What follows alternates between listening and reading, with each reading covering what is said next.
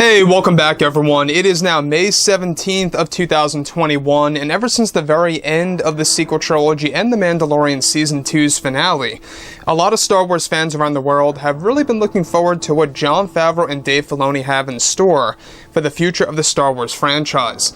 This is Mike Zero. Make sure to subscribe if you're new to the channel for future Star Wars content. Also make sure to check me out on Twitter at Mike01. Now, looking ahead to the future, we've got dozens of Star Wars projects, be it live action or animated. There is a lot currently in the works when it comes to the Disney Star Wars universe. That is a fact.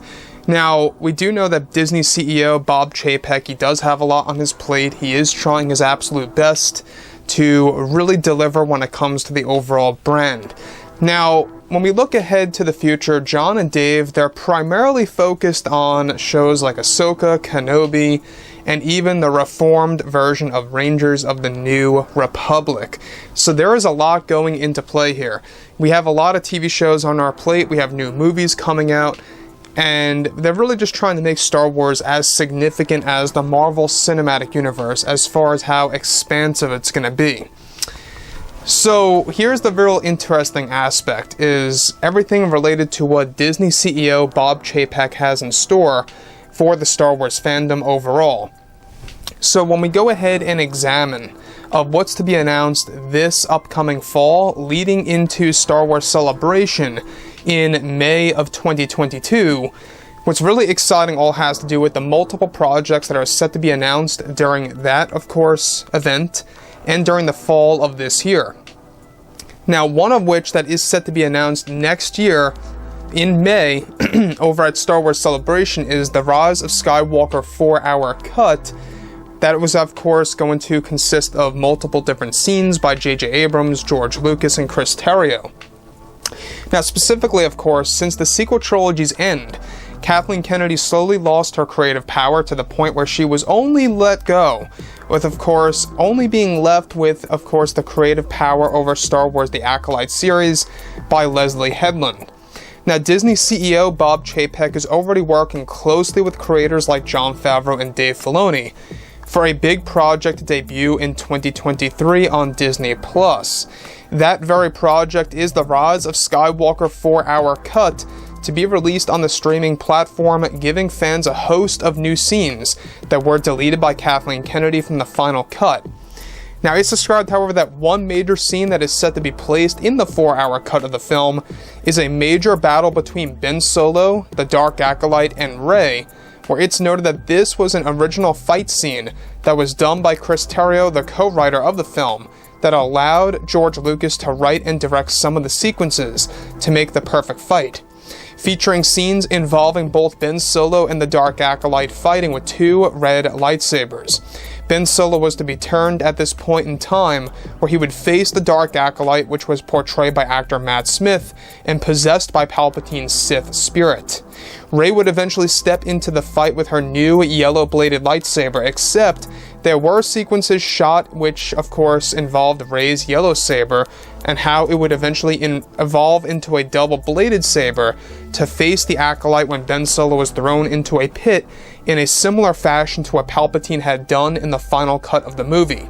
This major scene was partially shot and is described to be at the very top of the list to be completed for the 4-hour cut that will also feature the death of the Dark Acolyte, with Palpatine's Sith spirit escaping the dead body and revealing himself to Rey and Ben Solo, only to later be destroyed by the Force Ghosts by the Netherworld of the Force. So here's the thing about Disney CEO Bob Chapek, is that what Chapek is about to do during Star Wars Celebration of 2022 upcoming this May, alright, it's going to be a big deal, because Bob Chapek is going to give the fans a lot to look forward to when it comes to, of course, shows like The Mandalorian Season 3 and 4, Rangers of the New Republic, and let's not forget also about other shows like the Ahsoka Tano series. A lot of that is going to be teased big time during the Celebration event in 2022. So, about this 4-hour cut of The Rise of Skywalker, we talked about this before in the past, a couple of months ago. The thing that really excites me the most about this is how it really is going to dive deeper into Matt Smith's character, the Dark Acolyte. Now, I don't know if you guys recall, but Kathleen Kennedy was, yes, the one responsible for firing Matt Smith as an actor portraying the Dark Acolyte midway through production of the movie. Can you believe that? I mean, it was right around I would say the end of 2018 when this all went down. We saw all the international websites for The Rise of Skywalker with Matt Smith's name just disappearing, just vanishing out of the blue. Gone.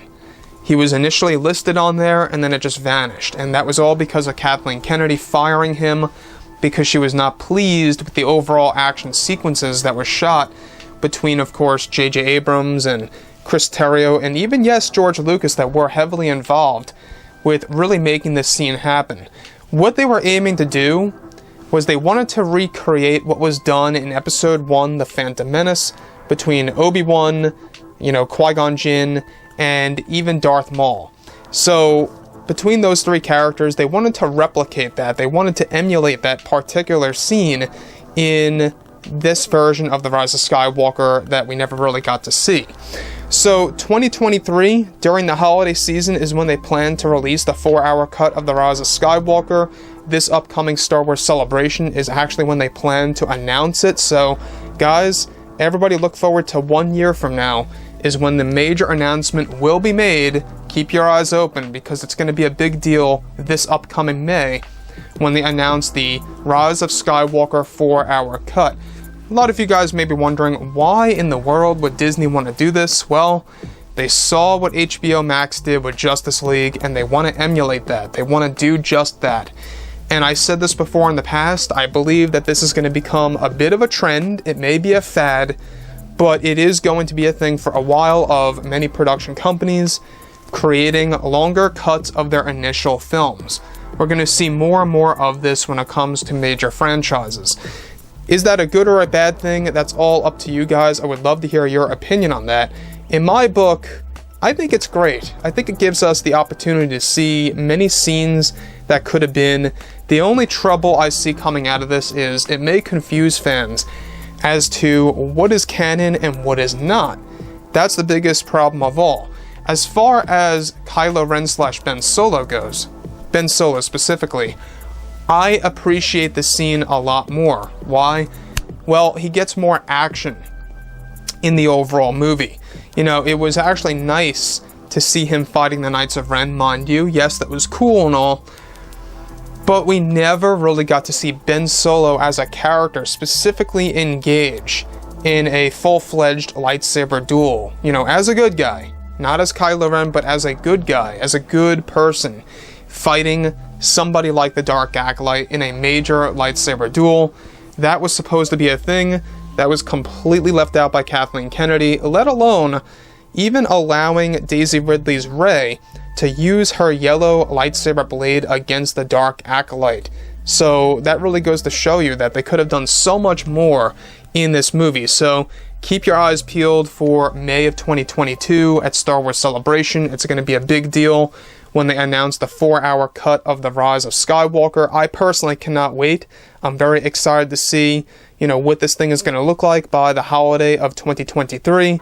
I think that they're going to do a fantastic job, to say the least. So I think that honestly, it's a good thing to give us a little bit of a different perspective on the overall movie and what it could have been, because it's going to really open our eyes as to what J.J. Abrams initially wanted to do. So anyways, guys, drop a comment below. Let me know about all of this in the comments, and if you guys did enjoy the content for today, do make sure to drop a thumbs up on this video to support the channel. I thank you all so very much for the kind support, and I'll catch you guys next time.